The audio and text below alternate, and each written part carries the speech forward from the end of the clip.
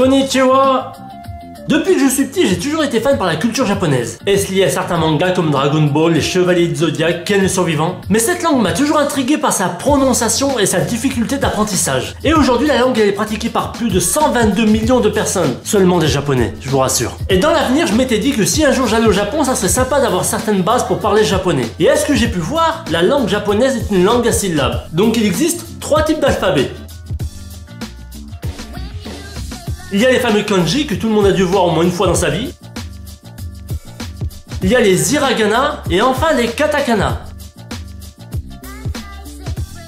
L'ensemble de ces 3 écritures représente entre autres l'histoire du Japon. Aujourd'hui, il n'est pas nécessaire d'apprendre ces 3 écritures pour apprendre à parler japonais, non, loin de là. Mais sur internet, j'ai pu voir qu'il existait des méthodes assez simples qui permettraient d'apprendre le japonais assez rapidement. Aujourd'hui, il y a plus de 50 000 caractères officiels qui représenteraient entre autres les kanji. De quoi retourner sa veste et laisser tomber l'apprentissage. Mais vous me direz qu'en langue française, il y a autant de mots qu'on n'utilise pas au quotidien. Si je vous dis pétricheur, vous ne savez pas ce que c'est et moi non plus.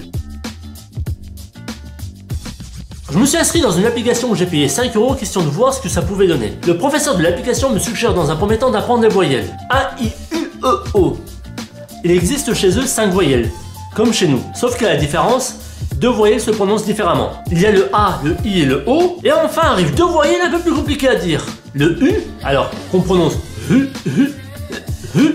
Et le E qui se prononce E, comme karaté, pâté, changer, modifier. Oh, mon professeur devient de plus en plus sympa. Maintenant que je connais les voyelles, il me suggère de les apprendre à travers une chanson. Mais sous forme de syllabes. Allons-y.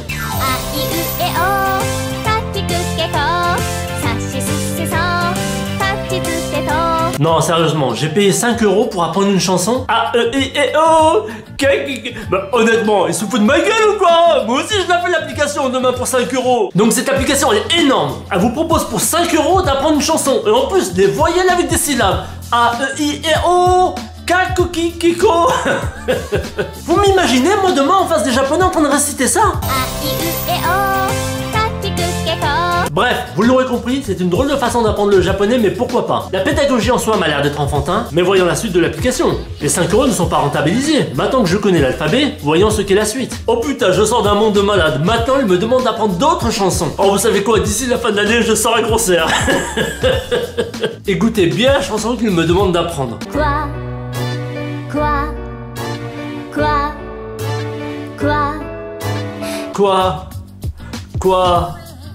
Quoi? Après l'apprentissage de l'alphabet, j'apprends à croisser comme une grenouille. Oh, vous vous foutez pas de ma gueule? Ouais, allô? C'est quoi cette arnaque? Rendez-moi mes 5 €. Oh, attendez, il y a un conducteur de train qui vient me voir.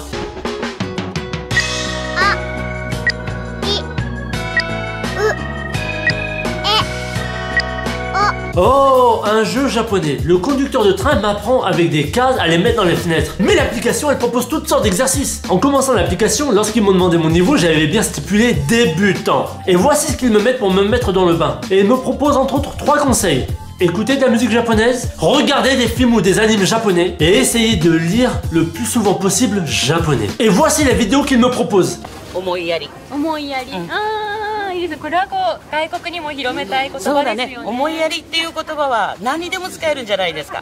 Entre autres, voici l'impression que m'a donnée l'application, mais il en existe plein d'autres. Je suis pas forcément tombé sur la bonne, mais je vous rassure, il y en a d'autres. Il y a différentes façons aujourd'hui d'apprendre le japonais, et je pense vaut mieux d'abord s'attarder sur internet et comprendre les rudiments avant de se lancer sur ce genre d'application. Mais préparez-vous à ce que prochainement moi aussi je sorte mon application pour apprendre le français. Alors je vous le cache pas, j'ai quand même bien rigolé. Par contre, s'il y a bien un mot en japonais que j'ai pu apprendre, c'est bien celui-là. Sayonara. Sayonara. Sayonara. J'espère que vous aurez aimé la vidéo. N'hésitez pas à vous abonner, à mettre des pouces bleus et je vous dis à très bientôt pour une prochaine vidéo. Allez, sayonara.